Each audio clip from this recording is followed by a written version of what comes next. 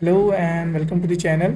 सो बच्चों, जैसे कि आप सबको पता ही है कि सीएपीएफ का एग्ज़ाम हो चुका है and now the next stage और the next opportunity that is in front of you is your CDS exam.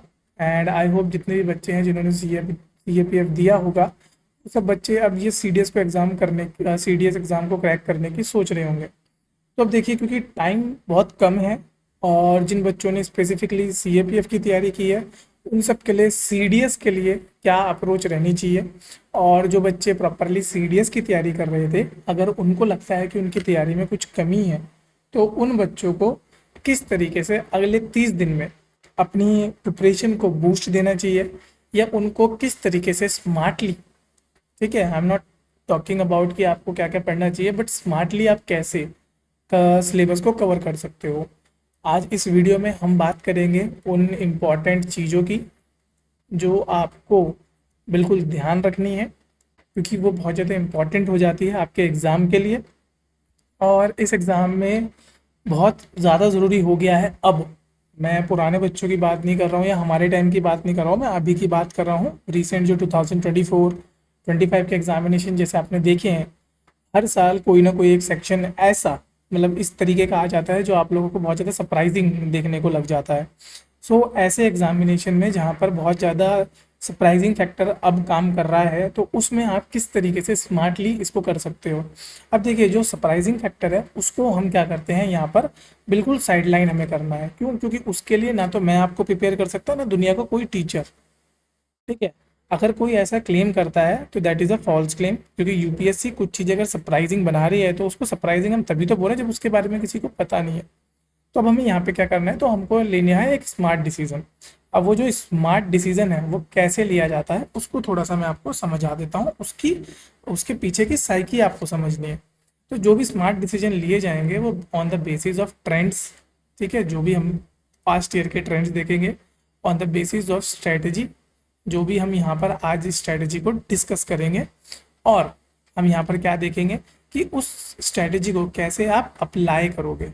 तो ये तीन चीज़ें हैं जो आज हमको इस पूरी वीडियो में समझनी है, ठीक है। इस वीडियो का नाम ही मैं आपके लिए रख रहा हूँ your road map to join armed forces, क्योंकि देखिए, this is the first step, this CDS 2025 जो सेकंड सीडीएस 2025 है, जो बच्चे इसको पहली बार दे रहे हैं उनके लिए तो ये पहली सीडी है। या कोई बच्चा अगर रिपीटर भी है तो उसने अभी तक एग्जाम या एसएसबी क्रैक नहीं करी है तो उसके लिए ये अभी भी फर्स्ट स्टेज ही है।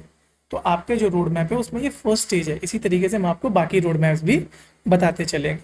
तो चलिए शुरू करते हैं, और मैं आप लोगों से बस ये दरख्वास्त करूँगा कि आप इस चैनल को सब्सक्राइब जरूर करें, क्योंकि इस चैनल पे अभी एक इनिशिएटिव आने वाला है जो कि सीडीएस के बच्चों के लिए बहुत ज़्यादा इंपॉर्टेंट है।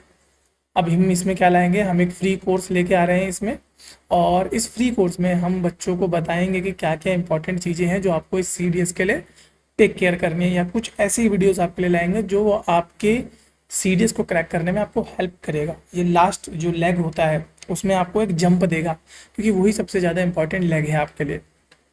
ओके, तो क्या 30 दिन बहुत ज़्यादा है या 30 दिन एनफ है या बहुत कम है? तो सबसे पहले तो हमको फोकस्ड प्रिपरेशन की इंपॉर्टेंस को समझना है। भैया, फोकस्ड प्रिपरेशन क्या होता है? अभी तक आप पढ़ रहे होंगे जिस भी तरीके से पढ़ रहे होंगे, बट अब आपको क्या करना पड़ेगा, फोकस करना पड़ेगा। अब वो फोकस आप कैसे करोगे? आपको डेली टैली करना पड़ेगा भैया अपनी प्रोग्रेस को। ये डेली टैली जो करना होता है, कई लोगों को लगता है कि नहीं सर हम तो इतने सारे झंझट नहीं पाल सकते, बट मैं आपको एक चीज़ बताता हूँ। आप अगर एक आर्मी ऑफिसर बनने की सोच रहे हो, ठीक है, तो आपको ये चीज़ें वहाँ पर वो आपके नेचर में डालेंगे। और आप इतनी सीधी सी बात समझ लीजिए कि जिस एग्ज़ाम को आप क्लियर करना चाहते हो उस एग्ज़ाम के पहले नेचर को समझो, उस एग्ज़ाम की प्रोफाइल को समझो। वहाँ जाकर भी वो आपसे यही काम कराने वाले हैं, तो अगर आप पहले से ही वो काम करोगे तो आपको अपनी लाइफ में बहुत सारे इंपॉर्टेंट चेंजेस दिखने को मिलेंगे। तो सबसे पहले तो आपको डेली टैली करना ज़रूरी है कि आपने, जैसे आप अगर मॉर्निंग में उठे, ठीक है, तो मैं ये नहीं बोल रहा कि किसी और को, अगर आप इतने मतलब अपने आप को लेके इतने ज़्यादा कॉन्फिडेंट नहीं है कि आप ये कर पाओगे, तो आप एक काम करिए, अपना कोई भी एक क्लोज फ्रेंड्स पकड़िए, अपनी घर में सिस्टर पकड़ लिया, अगर बड़ी सिस्टर है, छोटी सिस्टर है, ये कोई भी बड़ा भाई है, छोटा भाई है, रोज़ सुबह उसे मैसेज लिख दीजिए, ठीक है। मतलब मैंने देखा है कि इस तरह की चीज़ें बहुत काम आती हैं कुछ बच्चों के। उसको रोज़ सुबह एक मैसेज लिख दीजिए कि भैया आज मैं ये करने वाला हूँ, माई टुडेज़ वर्क, ठीक है, माई टूडेज टारगेट ऐसे करके, और उस मैसेज में यहाँ पॉइंट वाइज बता दीजिए कि अगर मैं आज लक्ष्मीकांत के चैप्टर इस नंबर से फॉर एग्जांपल चैप्टर 1 to 10 में पढ़ने वाला हूँ। ठीक है, उनसे ये भी मत बोलिए कि वो आके आपसे पूछे। बस शाम को आप एक काम और कर देना कि भैया माई टूडेज वर्क, ठीक है, और उसके बाद जो जो आपने लिखा था उसके आगे आप बस कंप्लीटेड लिख देना। अगर ये आप खुद से कर पाए, अपने आप में रह के कर पाए तो बहुत बढ़िया, और अगर आप अपने आप में रह के नहीं कर पा रहे हैं तो आप कोई ऐसे व्यक्ति ढूंढिए जिसका आपको थोड़ा सा है कि हाँ यार इस व्यक्ति को मैं रेगुलरली भेजूंगा। तो ये बहुत ज़्यादा इंपॉर्टेंट हो जाएगा आपके लिए, क्योंकि यहाँ पर अब आपके लिए क्या हो जाएगा, टैलिंग हो जाएगी चीज़ों की। फिर second important cheese that CDS is all about smart study. ठीक है, हार्ड स्टडी करने में या हार्ड वर्क करने में कोई बुराई नहीं है, बट उसी चीज़ को अगर आप स्मार्ट स्टडी करें तो वो ज़्यादा आपको रिजल्ट देगी। तो यहाँ पर आपको बेसिकली बेसिक अवेयरनेस रखनी है ऑफ सिलेबस। ठीक है, तो सिलेबस का आपको अवेयरनेस होना चाहिए। अगर उतना है तो I think 30 days are more than enough. अब यहाँ पर हम करेंगे कैसे, इसे वीक बाय वीक बेसिस पे डिवाइड करेंगे। तो जो सबसे पहला वीक होगा that is your foundation week, और we say daily practice week. ठीक है, इसमें हम क्या करेंगे, डेली प्रैक्टिस करेंगे। और कैसे डेली प्रैक्टिस करेंगे अब उसको समझ लेते हैं। Daily practice about PYQs। ठीक है, मान के चलिए आपने सुबह से लेके दोपहर तक आपने कोई टॉपिक पढ़ा, जैसे पॉलिटी ले लेता हूँ मैंने पॉलिटी पढ़ा, तो आप देखोगे कि हमारा जो CAPF का चैनल है वहाँ पे हमने आपको ऑलरेडी बताया कि हमने एक CAP या PYQ मेनिया करके एक किताब बनाई है, जिसमें हमने पिछले बहुत सालों के, ठीक है, पॉलिटी के MCQs को कंपाइल किया है, और 2024 और 25 के जितने भी रिसेंट एग्जामिनेशन हुए हैं उनके PYQs को भी हमने कंपाइल किया हुआ है। तो आप उसकी मदद ले सकते हैं, या कोई भी ऐसे सोर्स जहाँ पे आपको PYQs मिल जाए, सॉल्व मिल जाए, तो उसकी मदद भी ले सकते हैं। तो आप डेली प्रैक्टिस स्पेस पे करेंगे। फिर जो वीक 2 होगा वो होगा आपका कंसेप्ट बिल्डिंग का, यानी कि यहाँ पर आप क्या करोगे, कॉन्सेप्ट को बिल्ड करोगे, और साथ साथ PYQs तो देखिए आपके रेगुलर में चलते ही रहेंगे। फिर आता है मॉक टेस्ट। यहाँ वीक 3 से आप बिल्कुल मॉक टेस्ट पे चले जाओगे और रिवीजन करना स्टार्ट कर दोगे। मतलब जो पढ़ने का काम था, जो भी चीज़ें कवर करने का काम था, वो यहाँ पर हो गया। अब मॉक टेस्ट चल रहा है, मॉक टेस्ट में आप देखोगे, अब यहाँ पर आप क्या करोगे, आप एनालाइज करोगे। Analysing about what, your grey areas. तो जो आपके ग्रे एरियाज हैं, मतलब यानी कि आप देखोगे कि कौन सा टॉपिक है। फॉर एग्जांपल पॉलिटी में भी अब ऐसा तो है नहीं कि सारे टॉपिक आपके क्लियर होंगे। जैसे मान के चलिए पार्लियामेंट आपका अच्छा है, प्रेसिडेंट आपका अच्छा है, बट आप पंचायती राज में या फिर आप म्यूनसिपैलिटी वाले क्वेश्चन आप गलत कर रहे हो। तो ये की चीज़ें आपको खुद आइडेंटिफाई करनी है, ये ग्रे एरियाज आपको खुद आइडेंटिफाई करने हैं। ठीक है, it would be like a स्वॉट एनालिसिस ऑफ यू। आपको अपनी स्ट्रेंथ पता होनी चाहिए, आपको अपनी वीकनेस पता होनी चाहिए। ठीक है, और जो जो आपको ग्रे एरियाज पता चलेंगे उनका तो आपको प्रॉपर रिवीजन करना है। अब ऐसा नहीं है कि जिस एरियाज के आपने सही कर दिए बिल्कुल उसको करना ही नहीं है, नहीं, उसका भी करना है, बट प्रायोरिटी हम किसको देंगे, जो हमारे ग्रे एरियाज को है। फिर आ जाएगा वीक 4, इसमें फाइनल टच देंगे, स्पीड प्रैक्टिस करेंगे और डाउट सेशन करेंगे। यही तीनों चीज़ें आपको लेके चलनी है अपने तीनों सब्जेक्ट्स के लिए। ठीक है, इंग्लिश के लिए भी आपको यही स्ट्रेटेजी लेके चलनी है। ठीक है, GS के लिए भी आपको यही स्ट्रेटेजी लेके चलनी है, और मैथ्स को लेके भी आपको यही स्ट्रेटेजी लेके चलनी है। अब जैसे GS है उसके लिए तो हम भी कुछ कंटेंट आप लोगों के लिए लाएंगे with in the next month, तो आपको वो भी फॉलो करते रहना है, क्योंकि उससे भी आपको बहुत ज़्यादा हेल्प मिलेगी। क्योंकि हम लोगों का भी जो एक्सपीरियंस है उससे हम आपकी मदद ही करेंगे इसमें। फिर यहाँ पे वीक ब्रेकडाउन में देखिए, तो सबसे पहले तो आप फोकस करो सिलेबस फैमिलराइजेशन, टाइम टेबलिंग। ठीक है, 2 सब्जेक्ट पर डे 3-3 आवर्स के, जिसमें आप NCERTs जरूर कर लीजिएगा। ठीक है, NCERTs आर वेरी इंपॉर्टेंट। आप किसी भी एग्जाम की बात करो, चाहे वो CAPF हो, CDS हो या सिविल सर्विसेज हो, NCERT का जो बेस है इट इज़ योर फाउंडेशन। ठीक है, तो एक बार जरूर लास्ट बार जाते जाते, आई नो आप लोगों ने बहुत बार कर ली होगी NCERT, बट स्टिल एक बार लास्ट में जाते जाते कुछ NCERTs आप कर लीजिए। जैसे यहाँ पर क्लास 9th एंड 10th की NCERT फॉर साइंस। ठीक है, और अगर हो पाए तो क्लास 12th की, और इसमें से सिर्फ आपको क्या पढ़ना है, बायोटेक। ठीक है, तो बायोटेक आप क्लास 12th की NCERT से कर सकते हो। फिर अगर मैं हिस्ट्री की बात करूँ तो हिस्ट्री के लिए तो वैसे हमें क्लास 8th की भी बताते हैं। अगर आप पे ज़्यादा टाइम नहीं है तो आप क्या करिए, जो क्लास 12th की है उसकी तीनों थीम्स कर लीजिए, थीम 1, ठीक है, 2 एंड 3, ये 3 तो ज़रूर करके जानी है आपको। फिर अगर हम इको की बात करें, इकोनॉमिक्स की बात करें, तो आप क्लास 12th की मैक्रो इकोनॉमी कर लीजिए। ठीक है, और क्योंकि इस बार अभी जो CAPF हुआ है उसमें 2-3 क्वेश्चन आपके प्राइस इलास्टिसिटी जो कि टॉपिक है आपका माइक्रो इकोनॉमी का, तो उसको भी कवर कर लीजिए। तो ये 2-3 चीज़ें हैं जो आपको कवर करके जानी है। फिर हिस्ट्री वगैरह होगी, हिस्ट्री वगैरह के लिए आपको मैंने बता दिया। इसके अलावा और कोई सब्जेक्ट है जो इतना ज़्यादा इंपॉर्टेंट है? पॉलिटी वगैरह के लिए आपको पॉलिटिकल थ्योरी अगर आपको पढ़नी है या इंडियन कॉन्स्टिट्यूशन नेटवर्क है वो पढ़नी है तो वो पढ़ लीजिए। इंग्लिश के लिए आप क्या करिएगा, डेली मतलब डेली के एडिटोरियल तो आप नहीं पढ़ेंगे, तो आप इसकी मंथली कंपाइलेशन आपको मिल जाएगी। ठीक है, एडिटोरियल्स की मंथली कंपाइलेशन ले लीजिएगा और उसको पढ़ लीजिए। उसमें से आपको वो कैब भी मिल जाएगी, आपका वो कैब का भी काम हो गया, आपके फ्रेजेस का भी काम हो गया, और जो ग्रामर आपने पढ़ी होगी उसका रिवीजन करते रहना। ठीक है, फिर यहाँ पर आपको मैथ्स के फॉर्मूले वगैरह थोड़े से रिवाइज करने हैं। PYQ साथ साथ चलता चलता रहेगा। प्रैक्टिसिंग यहाँ पे चालू हो जाएगी, जैसे इंग्लिश में close composition, error spotting, GK में हिस्ट्री, पॉलिटी, ज्योग्राफी, इन पे आपको फोकस रखना है। फिर अगेन जैसे ही आपका 3rd वीक आएगा तब से आप क्या करोगे, full length mock test every day. ठीक है, हर दूसरे दिन अल्टरनेट डे पे, और प्रॉपरली उसी टाइमिंग पे बैठना आपको स्टार्ट करना पड़ेगा जिस टाइमिंग में आपका एग्जाम होता है। तो सबसे पहले आप सुबह के मॉर्निंग की टाइम में आप इंग्लिश का एग्ज़ाम दीजिएगा, एंड देन फिर आफ्टरनून वाले में आप GS का एग्ज़ाम दीजिएगा। और अगर कोई IMA वाले हैं तो IMA air force Indian naval academy, तो ये सब मैथ का भी एग्ज़ाम लिखेंगे। OTA वाले सिर्फ इन 2 को फोकस करें। ओके, आपको एनालाइज करना है, रिवाइज करना है, और अपनी मिस्टेक्स हैं उनको रिपीट नहीं करना है। ठीक है, बस इतना आप कर लीजिए। जो मिस्टेक यहाँ पर हो गई, मैं ये कह रहा हूँ कि आखिरी हफ्ते तक आप मिस्टेक करते रहिए, क्योंकि मिस्टेक करना से कोई दिक्कत की बात नहीं है, बस उन मिस्टेक्स को आप एग्जाम में रिपीट मत कर देना।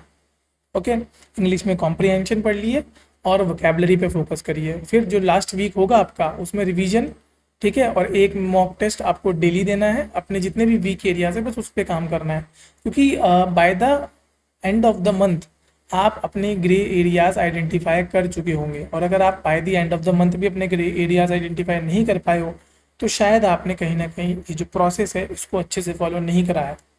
ओके, और जो लास्ट के 2 दिन होंगे उनमें थोड़ा सा लाइट स्टडी रखेंगे, क्योंकि दिमाग को एग्जॉस्ट नहीं करना। ठीक है, मेंटल एग्जॉशन वहाँ पर नहीं चाहिए हम लोगों को बिल्कुल भी।